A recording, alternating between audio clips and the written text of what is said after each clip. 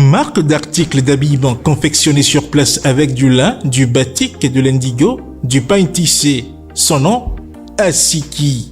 Asiki meton maounono. Asiki pour vous vêtir aux couleurs de chez nous. Asiki, c'est des vêtements et accessoires de mode pour hommes et femmes. Visitez notre showroom situé à Bégamin, à 200 mètres du carrefour Kossi en venant de l'ENEAM, ex-INE. Contact plus 229 91 24 26 26 plus 229 95 94 22 51. Asiki, révélateur d'identité.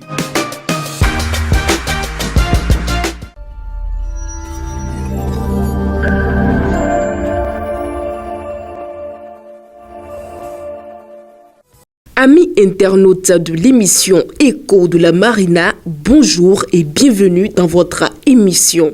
À la présidence de la République s'est tenu ce mercredi 6 décembre 2023 le rendez-vous hebdomadaire des membres du gouvernement. Il a été présidé par le chef de l'État, Patrice Talon.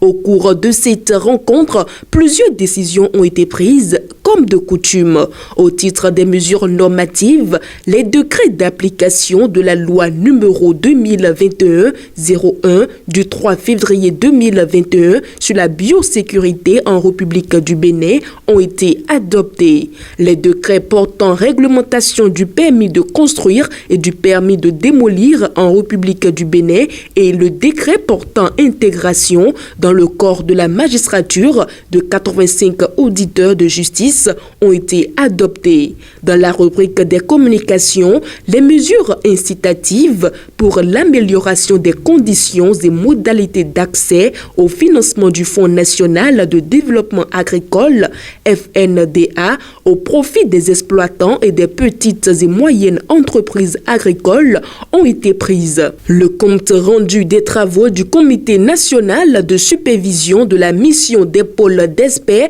chargé de revisiter avec les communes les opérations de lotissement ou remembrement urbain proposées à l'annulation a été présenté. Au thème des délibérations du Conseil national de supervision, 810 dossiers ont été traités au lieu des 806 initialement retenus par le gouvernement. Certaines situations perçues au départ comme sous-jacentes à d'autres opérations s'étaient révélées en réalité des travaux d'une certaine importance conduits avec des prestataires différents. Il en ressort de nombreuses irrégularités sur le plan technique, dont les plus importantes sont relatives à des opérations, petit 1, de très grande superficie qui impactent des zones agricoles et ne répondent à aucun enjeu d'urbanisation. Petit 2, engagés par des associations d'intérêt foncier ou d'autres catégories d'acteurs au mépris des orientations, documents et règles de planification territoriale, de même que de gestion foncière. Et de 3, ayant connu des extensions aux proportions très élevées dont ni les limites ni l'opportunité ne sont guère appréhendées. Il y a donc lieu de signaler également que l'examen du rapport a révélé la nécessité de vite encadrer l'occupation du sol et l'aménagement du territoire dans les chefs-lieux de département ainsi que les centres agglomérés d'importance avérée afin de consolider les investissements du programme d'action du gouvernement sur ces territoires. En outre, les rapports enseignent que de nombreuses opérations de lotissement ont englobé des zones humides non constructibles, entraînant du coup l'installation des populations dans des secteurs impropres à l'habitation. De fait, ces occupations anarchiques sont fréquemment exposées aux affres des aléas climatiques.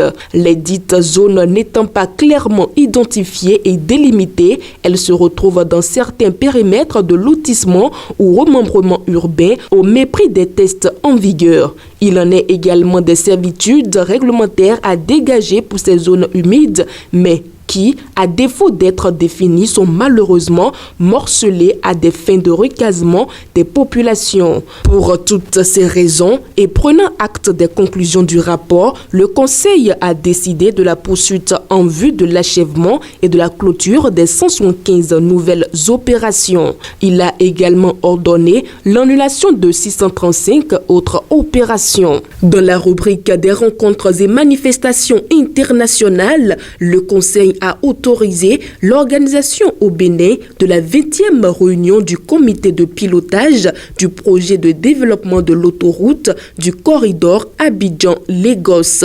Les membres du gouvernement ont autorisé la participation du Bénin au 4e forum africain de haut niveau pour les femmes, la paix et la sécurité qui aura lieu les 13 et 14 décembre 2023 à Addis Abeba en Éthiopie.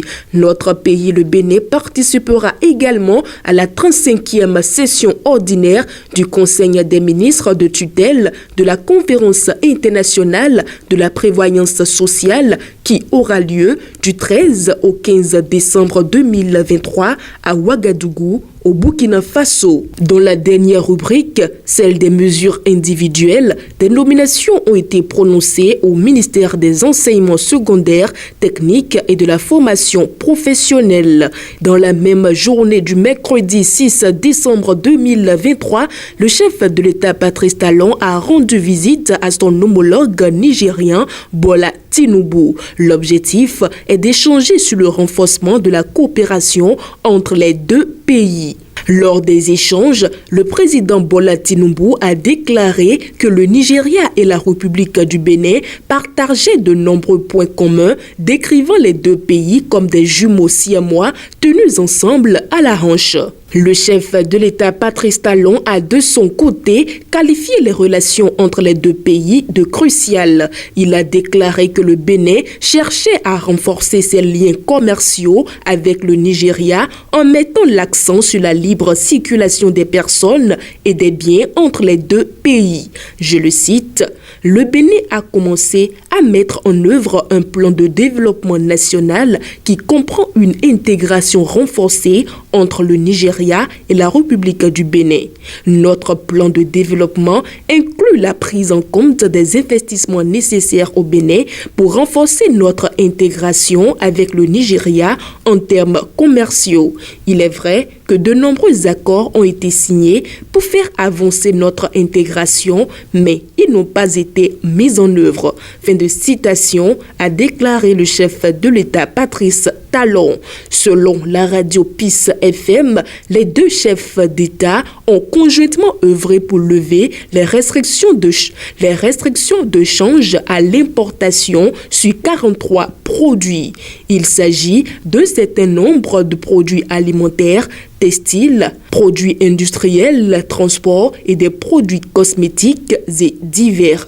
Fidèles amis internautes de Guérit TV Monde, c'est sur cette rencontre que nous refermons ce numéro de votre émission Écho de la Marina. Merci de nous avoir suivis et à samedi prochain.